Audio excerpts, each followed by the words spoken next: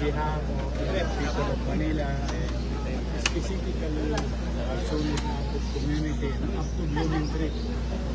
Kasi ito taga sa pool ng Blooming Creek. Pero itong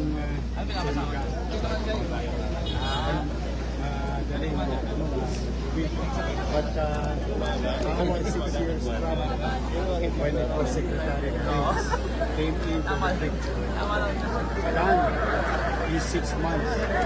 So that's why we are very grateful to Secretary Vince Dizon and to the DPWH family, and specifically also to President Bongbong Marcos.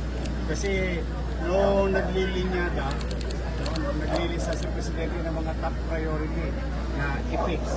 Itong Sumukapog is one of those many in the country. That's like what the Secretary Vince is addressing over the country. So today, natetesting na natin to at natutuwa ko nung binuksan namin yung cabinet ng makina. Puro top of the line yung binili. Hindi na chinchay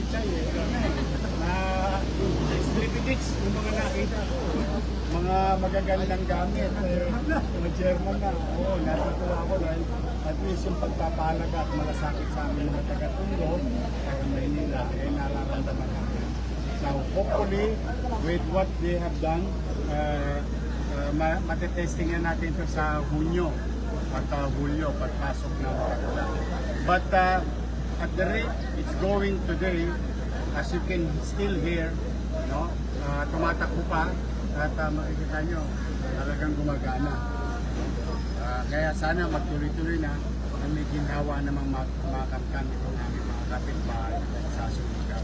So, thank you very much, Mr. President, Bongbong Marcos, Secretary Vince, at the DPWH family, to the private sector, Prime Infra, for doing a very good job sa inyong lahat. Good luck sa atin at sana talaga pangmatagalan na ito. But then again, if and if something happen, nandiyan naman yung partner namin MMDA din. Kaya makakatulong nyo pa rin na bantayan itong ating public. So thank you very much. Can you compare lang yung situation dati nang hindi pa gumagana ng pumping station compared doon sa magiging situation ngayon?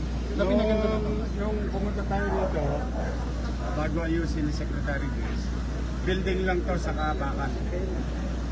That's the only thing that makikita mo. Nothing is moving. Nothing is functioning. Literal.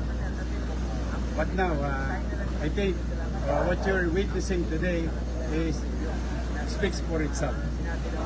Things can be done. Mahirap yung ginawa ng DPWH. But at the end of the day, results matter. Ito yung resulta. Ito yung inaabangan ng mga taga-Maynila at particular na ang Suligaw.